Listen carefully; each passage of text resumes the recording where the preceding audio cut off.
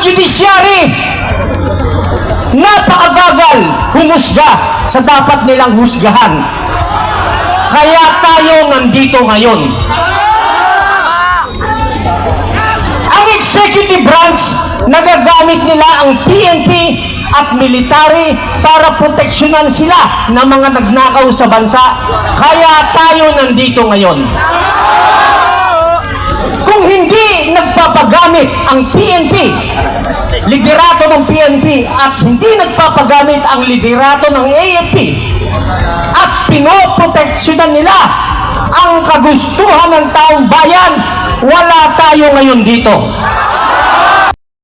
General Romeo Pukis at ating core group, maraming salamat, at sa mga nagsisecure sa inyo rito, ang ating UPI Riders, maraming salamat sa inyo. Pakinggan natin mabuti bakit tayo nandito sa ngayon. Ang executive branch, alam natin, napakalaki ng problema na ginawa sa bansa. Kung may ginagawang check and balance ang legislative branch at judicial branch, wala tayo dito ngayon. Walang ginagawa ang legislative branch at executive branch. Magkasabwat sila. Kaya tayo nandito ngayon. Ang judiciary, napakabagal humusga sa dapat nilang husgahan. Kaya tayo nandito ngayon. Ang executive branch, nagagamit nila ang PNP at military para proteksyonan sila ng mga nagnakaw sa bansa. Kaya tayo nandito ngayon. Kung hindi nagpapagamit ang PNP, liderato ng PNP, at hindi nagpapagamit ang liderato ng AFP, at pinoproteksyonan nila ang kagustuhan ng taong bayan, wala tayo ngayon dito. Kailangan maunawaan ng lahat bakit kayong nandito naninindigan para sumigaw ng katotohanan at sumigaw ng katarungan at merong mapanagot sa lahat ng gumawa ng mali sa ating bansa.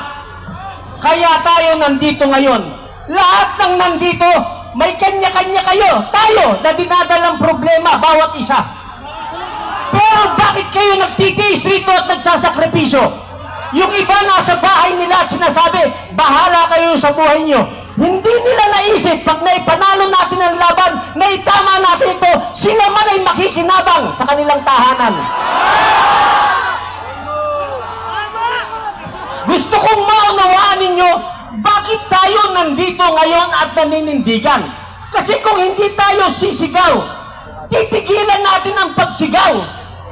Mananahimik tayo, lalong magpupunyagi ang mga magnanakaw at walang tigil nilang sasairin ang natitira pang kaban ng bayan. Anong gusto natin? Tumahimik na lang ba tayo?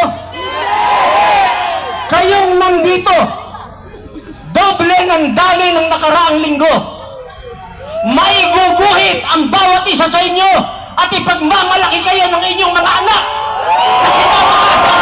Magiging parte kayo ng history ng bansang ito.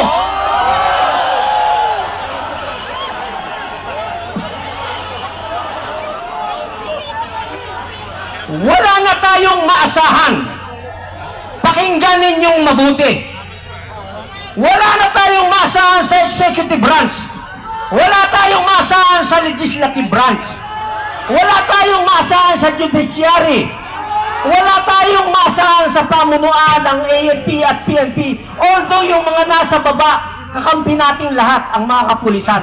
Yung nasa taas ng mga general na tumanggap ng kaban ng bayan, ng nakaw, sila ang iguguhit sa history bilang mga nagpahirap at korap sa bansang ito. Ang tanong ko sa inyo, mga kapatid, mananahimik na lang ba tayo? Parami tayo ng parami. Para sa kaalaman ninyong lahat, merong simultaneous rally na nagaganap sa Cotabato, General Santos, at ibang lugar pa sa Mindanao at sa Cebu at sa Naga. Nanganak na ang ating panawagan. Nagbubunga na ang inyong mga sakripisyo. Hindi ba natin minsan nauunawaan na natatakot ang mga demonyo na nakaupo sa gobyerno na hindi tayo ang nagupo? Pakinggan nyo. Kaya ganito ang bansa natin, hindi yung mga totoong ibinoto natin na nakaupo. Sila ay naupo dahil sa daya ng Smartmatic.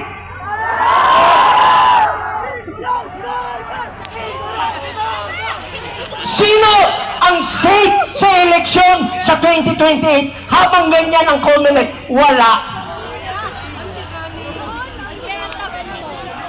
Walang mangyayari sa bansa natin, at ako on behalf ng United People's Initiative nagpapasalamat sa inyo. Kayo na naninindigan at nagsasakripisyo. Kayo ang pundasyon, kayo ang dahilan para mabago ang bansa natin ito. Yan ang ipapamana ninyo sa inyong mga anak at mga apo. May ginawa tayo, may ginawa kayo para mabago ang bansa natin. Bago ako magtapos, hindi nyo ba alam na ang takot ng mga nakaupo, bigyan natin ng maliwanag na statistic. Pag samasamahin mo lahat ng national and local government official, ilagay mo na 2 milyon sila lahat, more or less. Ilan ang taong bayan na Pilipino? Ang grown-ups, hatiin mo na yung 130 milyon. Lagay mo na lang, 120, 60 million yung grown-ups, kagaya natin. Nasa edad na, nasa tamang pag-iisip. 60 million! 60 million! Again sa 2 million. Bakit tayo matatakot? Bakit tayo matatakot sa kanila? Wala tayo ibang gawin, kundi linggo-linggo, Luzon, Visayas at Mindanao, habang umabot tayo ng milyon sa Luzon, 1 milyon sa Visayas, 1 milyon sa Mindanao, matatakot na ang mga demonyong nakaupo sa gobyerno. Hindi natin kalaban ang gobyerno. Tayo ang gobyerno. Ang kalaban natin, yung mga naupo sa gobyerno na hindi tayo ang bumoto. Sila ngayon ang nagwawalang hiya sa ating lahat, 130 million na Pilipino. Ilan lang sila.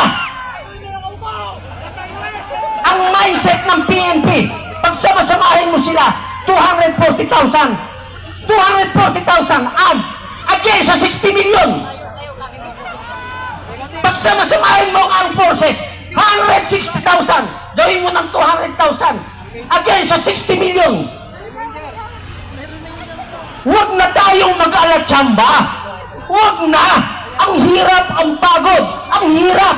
Nagsasakripisyo tayo para parehas tayo wala. Akala nyo ba, itong lahat na nakikita nyo, galing sa United People's Initiative yan, sa tulong ng mga kaibigan natin, si Miss Cathy Binag, na tumutulong sa atin personally, at ang iba pa, para mabuo ito, hindi naman magmukha tayong kawawa. Kawawa na nga tayo, yung gagawin nating rally, mukha pang busabos. Maraming salamat sa inyo. Mananalo tayo sa laban. Ang ikapanalo natin, pilitin natin. Sa susunod na linggo, bawat isa na nandito, maghikayat kayo ng 10 lang. 10 lang. Luzon, Visayas, Mindanao, parami tayo ng parami. Habang sila pakonti ng pakonti. Bakit? Yung iba, namamatay na sa sakit. Yung iba, binabangungot. Yung iba, ang daming karamdaman. Mamamatay na yung mga yan, malapit na. Wala tayong gagawin, kundi ipakita. 5 million sa Luzon, 5 million sa Visayas, 5 million sa Mindanao. Ang gagawin nila, slowly, mag-i-exit yan ng bansa. Lalabas ng bansa yan. At ang gawin natin, lahat ng bahay nila na lang